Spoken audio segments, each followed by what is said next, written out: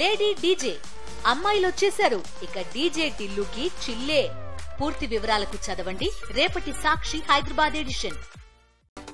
రామ్ గోపాల్ వర్మ ఇంటి నుంచి వెనుదిరిగారు ఏపీ పోలీసులు. రామ్ గోపాల్ వర్మపై నమోదైన కేసుకు సంబంధించి ఉదయం 9 గంటలకు వర్మ ఇంటి వద్ద పోలీసులు వేచి చూశారు. అయితే డిజిటల్ విచారణకు హాజరవుతాను అని లాయర్ల ద్వారా వర్మ పోలీసులు సమాచారం ఇచ్చారు. దీంతో ఆర్జీవీ ఇంటి నుంచి తిరిగి వెళ్లిపోయారు ఏపీ పోలీసులు.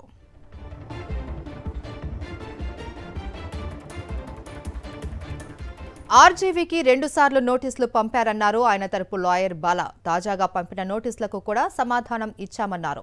డిజిటల్ విచారణకు తాము సిద్ధంగా ఉన్నామని చెప్పారు. వాట్సాప్లో డీఎస్పీకి సమాచారం అందించామన్నారు. 2024 ఒక క్రైమ్ రిజిస్ట్రేషన్ చేశారు మద్దిపాడు పోలీస్ స్టేషన్లో. దానికి ఫస్ట్ ఒక నోటీస్ పంపించారు 12వ తేదీన. దానికి మేము ఒక రిప్లై ఇచ్చాము టైం కావాలని చెప్పేసి అని. తర్వాత ఇచ్చిన టైంలో కూడా 25న హాజరవ్వమని ఇచ్చారు. 25న మాకు షెడ్యూల్ కుదరట్లేదు కాబట్టి మేము మళ్ళీ ఒక రిప్లై నోటీస్ అనేది ఇవ్వడం జరిగింది. ఇప్పుడు రిప్లై నోటీస్లో ఆ రిప్లై నోటీస్లో మేము కొన్ని పొందుపరచడం కూడా జరిగింది.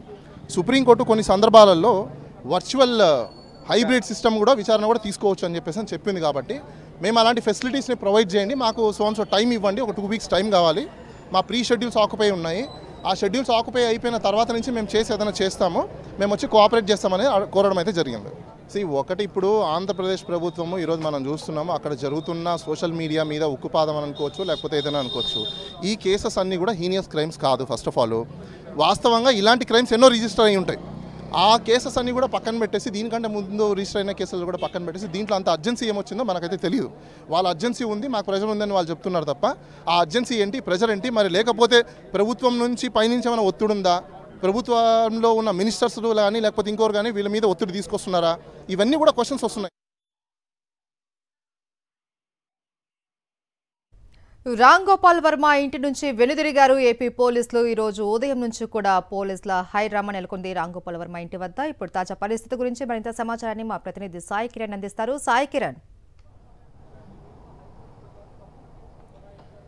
మహేశ్వరి, ఈ ఉదయం తెల్లవారుజామున 9-15 గంటలకు ఏపీ నుంచి ప్రకాశం జిల్లా నుంచి పోలీసులు రామ్ గోపాల్ వర్మ నివాసం ఇక్కడ జూబ్లీహిల్స్లో ఉంటుంది, ఇక్కడికి చేరుకున్నారు. ఇక్కడ చేరుకున్న తర్వాత అయితే ఏదైతే కేసు ఉందో రామ్ గోపాల్ వర్మ మీద నమోదైనటువంటి కేసులో ఆయనను విచారణకు హాజరు కావాలని గతంలో నోటీసులు జారీ చేశారు. సో ఆ నోటీసులు అందుకున్నటువంటి రామ్ గోపాల్ వర్మ, ఆయనకు సంబంధించిన న్యాయవాదులు కొంత సమయం కోరారు. అది ఈరోజు విచారణకు హాజరు కావాల్సి ఉంది. అయితే ఆ విచారణ సందర్భంగా రామ్ గోపాల్ వర్మ న్యాయవాదులు ఒకటే చెప్తున్నారు. సో ఈ కేసుకు సంబంధించి ఇంతవరకు ఎటువంటి ఏదైతే ఆయన చేసినటువంటి పోస్టులు కావచ్చు, దానికి సంబంధించి ఎక్కడ కూడా ఆ నోటీసులలో ఇంక్లూడ్ చేయలేదు. సో ఆ నోటీసులకు సంబంధించి సరైనటువంటి సమాచారం వారికి రావాలి. అప్పుడు వచ్చినప్పుడు ఖచ్చితంగా దానికి సంబంధించి విచారణకు సంబంధించి డిజిటల్ విచారణ అనేటువంటిది బిఎన్ఎస్ఎస్ చట్టం కింద ఉంటుంది. సో ఎవరైతే అందులో ఉన్నటువంటి విచారణకు హాజరు కావాల్సినటువంటి వ్యక్తి భారతదేశంలో ఎక్కడైనా ఉండొచ్చు, అతను విచారణకు ఆ డిజిటల్గా ఆన్లైన్ ద్వారా వర్చువల్ ద్వారా విచారణకు హాజరు కావచ్చు అనేటువంటిది రామ్ గోపాల్ వర్మ తరపునటువంటి న్యాయవాదులు చెప్తున్నారు. సో పోలీసులు అయితే ఉదయం 9:15కి ఇక్కడికి చేరుకున్నారు.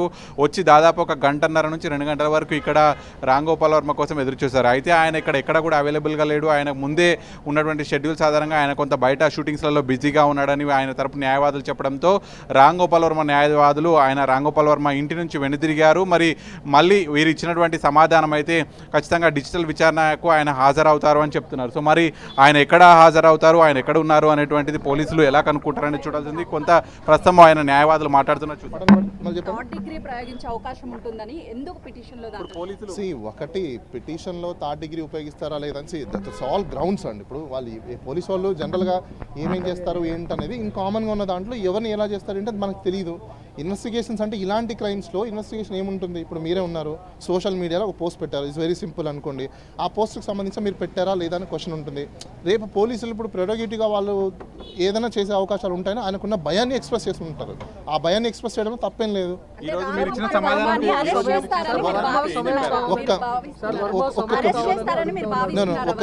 ఒక్క విషయం, ఒక్కొక్కరు నన్ను క్వశ్చన్స్ అడగండి, నేను క్లారిఫై చేస్తాను. పోలీస్ వాళ్ళు ఇక్కడికి వచ్చారంటే దేనికి వచ్చినట్టు, నోటీసెస్ పంపించిన తర్వాత ఎవరైనా 41A నోటీస్ కానీ లేకపోతే 35(3) నోటీస్ కానీ పంపించినప్పుడు పర్సన్ ప్రెజెన్స్ అవ్వాలి అంటే మళ్ళీ వాళ్ళు మ్యాజిస్ట్రేట్ దగ్గర నుంచి వారెంట్ తీసుకోవాలి.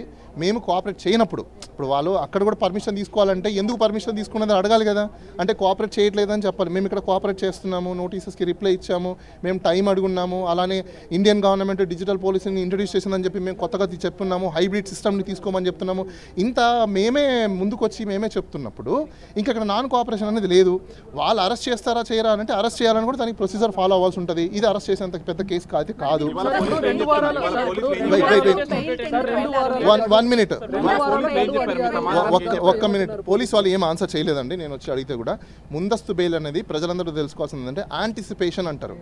వాళ్ళకున్న యాంటిసిపేషన్ని ముందుగానే జాగ్రత్త పడడం. సో ప్రతి వ్యక్తికి వాళ్ళకి సంబంధించిన జాగ్రత్త పడడంలో తప్పేం లేదు. కాబట్టి మేము కూడా యాంటిసిపేషన్గా ముందే దాని ప్రొసీజర్ ఉంది కాబట్టి యాంటిసిపేటరీ బెయిల్ అనేది వేయడం అనేది జరిగింది.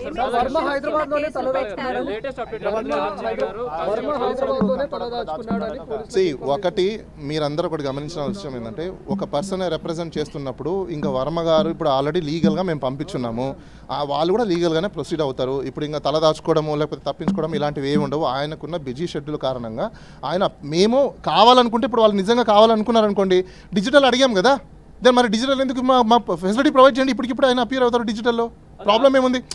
వెయిట్ నేను అదే అంటున్నా, డిజిటల్ మేము ఎందుకు అడిగాము, మీకు ఇమీడియట్లీ ఇప్పుడు కావాలంటే let provide the digital facility ఉన్నప్పుడు యూస్ చేసుకోమని చెప్తున్నాం మేము కూడా. ఐ డోంట్ నో అండి, దట్స్ ఆల్.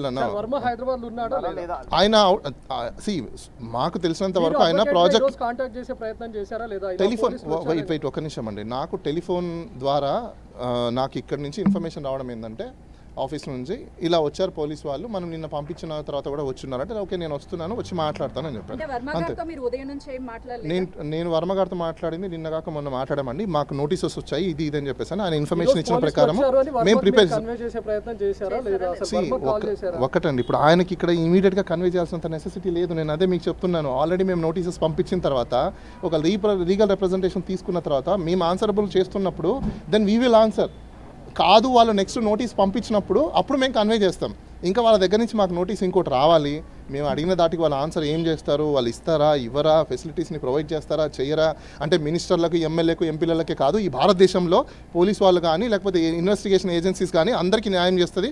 అందరికీ ఒకేలాగా ఆర్టికల్ 14ని కంప్లీట్ చేస్తాం, ఆర్టికల్ 14ని పాటిస్తుందని మేము అనుకుంటున్నాము. సో చూద్దాం. వాళ్ళు మేము పంపించిన ప్రకారంగా మా నోటీస్లో మీరు మీడియాకి అందరికీ మేము ఇచ్చున్నాము. దాంట్లో మీరు ఒకసారి గోత్రూ చేస్తే సుప్రీంకోర్టు కొన్ని జడ్జిమెంట్స్లో ఏమేమి చెప్పింది, మేమేమి హైబ్రిడ్ సిస్టమ్ అడిగాము. మీ అందరికీ ఇది కొత్తదే, హైబ్రిడ్ సిస్టమ్ ఏంటి కొత్తగా అనుకోవచ్చు, కానీ మీరు కూడా ప్రజలకు అందరికీ చెప్పండి హైబ్రిడ్ సిస్టమ్ అనేది కొంచెం ఉంటుంది. ఎప్పుడైతే ఆర్టికల్ 21 ప్రతి ఒక్కరు కూడా ఎక్సర్సైజ్ చేసుకోవాలి కాబట్టి హీనియస్ క్రైమ్స్ లేని వాటిల్లో త్వరగా ఇన్వెస్టిగేషన్ అయిపోవాలనుకుంటే ఇటువంటి ఫెసిలిటీస్ని కూడా ఎంకరేజ్ చేయాలని మేము కోరుకున్నాము. వాళ్ళు ఇస్తారా లేదా అనేది వెయిట్ చేసి చూద్దాం. అది తెలియదు. నేను అదే అంటున్నా, మేము వర్చువల్ అడిగాము, వాళ్ళు ఇంకా ఆన్సర్ చేయకుండా నేను ఎలా ప్రెడిక్ట్ చేస్తాను? I'm not a God. ఫ్యూచర్లో ఏం జరుగుతుంది ఏంటంటే that's what I'm telling. Digital appearance మేము అడిగామని చెప్తున్నాం, మళ్ళీ మీరు అక్కడికి వస్తున్నారు. డిజిటల్ అపీరెన్స్ అంటే వర్చువల్గా, ఫిజికల్గా మేము కుదరదు, మాకు టైం కావాలి, ఫిజికల్గా అవ్వడానికి కూడా కొంచెం పాసిబిలిటీస్ లేవు, ప్రాజెక్ట్స్ ఉన్నాయి. ఇన్స్టెడ్ ఆఫ్ మీకు అంత అర్జెన్సీ నెసెసిటీ ఉంది ఇంపార్టెంట్ అని అనుకుంటే డిజిటల్ అపీరెన్స్ అంటే నథింగ్ బట్ ఇప్పుడు మీరు చేసేది డిజిటల్ అపీరెన్స్.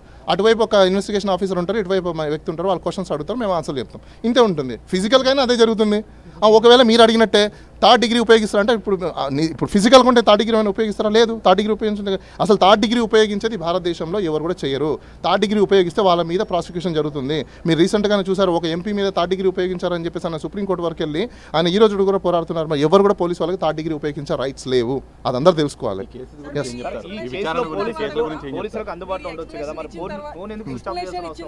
ఎవరి ఫోను?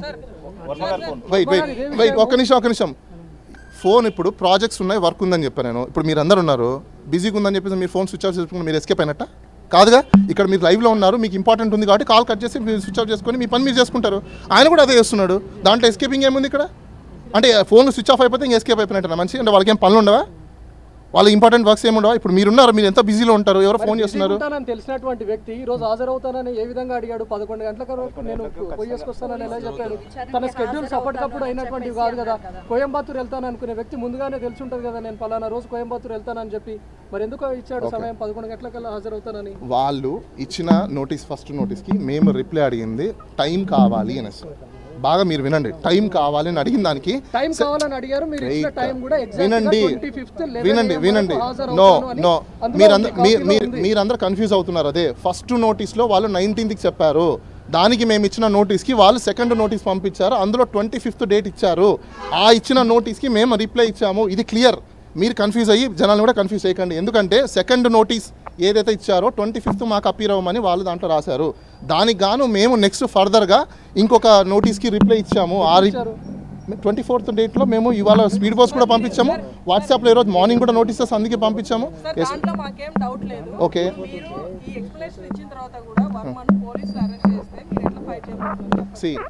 మాకు తెలిసినంత వరకు పోలీస్ వాళ్ళు ఇల్లీగల్గా అంతగా చేయరు. ఇలాంటి పెద్ద కేసెస్ కాదు కాబట్టి ఒకవేళ వాళ్ళకు ఒత్తిళ్ళు ఉన్నాయని ఏమైనా చేస్తే మాత్రం ఖచ్చితంగా మేము కూడా పోలీస్ కంప్లైంట్ అథారిటీకి, ఒకవేళ వీళ్ళు రూల్ ఆఫ్ లా పాటించలేదు అంటే డెఫినెట్గా మేము కూడా అది రిసార్ట్ తీసుకుంటాం, అందులో నో డౌట్. ఈ కేసెస్లో తెలంగాణ పోలీస్ ఇంటర్వెన్షన్ ఉండదు, మీరందరూ తెలుసుకోవాలి. ఇక్కడ ఒకవేళ చెయ్యాలంటే దానికి ఒక పెద్ద ప్రొసీజర్ ఉంటుంది. ఆ పెద్ద ప్రొసీజర్ ఫాలో అవ్వాలంటే ఎవరిని వాళ్ళు చేసే అవకాశాలు అయితే ఉండవు. ఫస్ట్ ఆఫ్ ఆల్ ఒక స్టేట్ నుంచి ఇంకో స్టేట్కి పోలీస్ వాళ్ళు రావాలంటే వాళ్ళకు ఒక పాస్పోర్ట్ అనేది ఇష్యూ చేస్తారు. ఆ ఇష్యూ చేసిన పాస్పోర్ట్ని తీసుకెళ్ళి లోకల్ వాళ్ళకి ఇచ్చి వారెంట్ని ఇవి చాలా తతంగం ఉంది. అదంతా ఈజీ కాదు. కాకపోతే మీరు అందరూ తెలిసిందంటే సోషల్ మీడియాలో ఈ మధ్యకాలంలో ఏ స్టేట్లో కూడా జనాలు ఉంటే ఎత్తుకెళ్ళిపోతున్నారు. అది ఇల్లీగల్. అలా తీసుకెళ్లే దాని మీద క్రైమ్ అనేది జరుగుతుంది. కానీ వాళ్ళు ఎవరు ఆ క్రైమ్ని కట్టలేదు కాబట్టి ఇప్పుడు దాకా అలాంటి ఎక్సర్సైజ్ జరుగుతున్నాయి. ఇప్పుడు విఐపీ స్టేటస్లో ఉన్న వర్మ గారు లీగల్ రిసార్ట్స్ అయితే ఆయనకు ఉంటాయి, ఆయనకు లీగల్ ఒపీనియన్స్ ఉంటాయి, అంత ఈజీగా ఆయన మీద అయితే చేయలేరు. కాకపోతే మరి వాళ్ళు ఎందుకు వచ్చారో పోలీసు వాళ్ళు అయితే ఆన్సర్ చేయలేదు.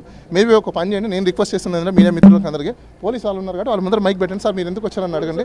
వాళ్ళు ఏమైనా ఆన్సర్ దట్స్ వాట్ నేను అంటున్నాను. వాళ్ళు వస్తే కన్నా మీరు మైక్ పెట్టి అడగండి, దెన్ అప్పుడు క్లారిటీ వస్తుంది. ఎందుకంటే నా దగ్గర ఉన్న ఇన్ఫర్మేషన్ వరకు నేను అడిగాను. అవునండి,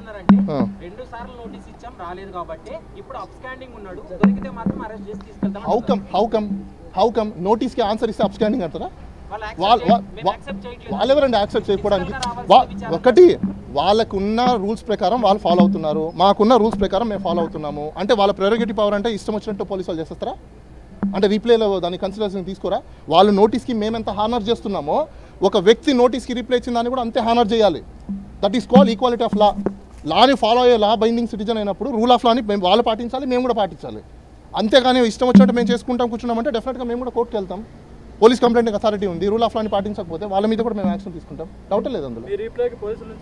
అది రాలేదండి, నేను అదే అంటున్నాను, రావాలి. దేనికోసం? ఒక విషయం వాళ్ళు అఫీషియల్ కెపాసిటీలో వచ్చారు. వాళ్ళు ఒకవేళ రూల్ ఆఫ్ లాని పాటించకుండా ఇల్లీగల్గా ఏదైనా చేసి ఉంటే కన్నా డెఫినెట్గా మేము రిసార్ట్ తీసుకునే వాళ్ళము. అలాంటిది ఇన్ కేస్ వాళ్ళు ఇల్లీగల్గా చేస్తే మాత్రం మేము కూడా తీసుకుంటాం. కానీ వాళ్ళు అలాంటివి చేయలేదు. వాళ్ళ డ్యూటీ ప్రకారం వాళ్ళు వచ్చారు, అపీర్ అయ్యారు. సో దట్ వాళ్ళు ఏం చెప్పాలనుకున్నారో తెలియదు. వచ్చేసరికి ఒక నిమిషం, ఐటీ కేసెస్లో ఇంపాక్ట్ అంత హీనియస్ క్రైమ్స్ కాదు ఇవన్నీ ఐటీ కేసెస్. అందులో ఎవరు పోస్ట్ పెట్టారు ఏంటి అవన్నీ మనం చూసుకోవాల్సి ఉంటుంది. సో కాబట్టి this is not a big deal. Every time మీరు చూస్తూనే ఉంటారు, ఎందుకంటే మీరు అందరూ మీడియాలో ఉన్నారు కాబట్టి. సోషల్ మీడియాలో మహా అంటే ఏముంటుంది, పనిష్మెంట్ ఒకవేళ పడినది. ఇది వర్మ తరపున న్యాయవాది చెప్తున్నటువంటి విషయాలు. కేవలం వర్మ మీద కొంత కక్ష సాధింపుగా ఇదంతా కూడా చేస్తున్నారు. సో ఆయన డిజిటల్ విచారణకు హాజరవుతానని చెప్తున్నప్పటికీ కూడా మరి పోలీసులు దాన్ని కన్సిడర్ చేస్తారా చేయరా అనేటువంటి చూడాల్సి ఉంది. సో ఇప్పటి వరకు అయితే అందినటువంటి నోటీసులకు ప్రాపర్ రిప్లై అయితే ఇచ్చాము. సో ఆ రిప్లై కూడా ఆయన వర్మ ఎక్కడున్నా కూడా పోలీసులు అడిగినటువంటి ప్రశ్నలకు ఖచ్చితంగా సమాధానం చెప్తానని చెప్పి ఒక సమాధానాన్ని పోలీసులకు పంపారు. మరి పోలీసుల నుంచి ఎటువంటి సమాధానం రిటర్న్గా వస్తుందనేటువంటిది అయితే వర్మ తరపున న్యాయవాదులు ఎదురు చూస్తున్నారు. Right, thank you Sai Kiran.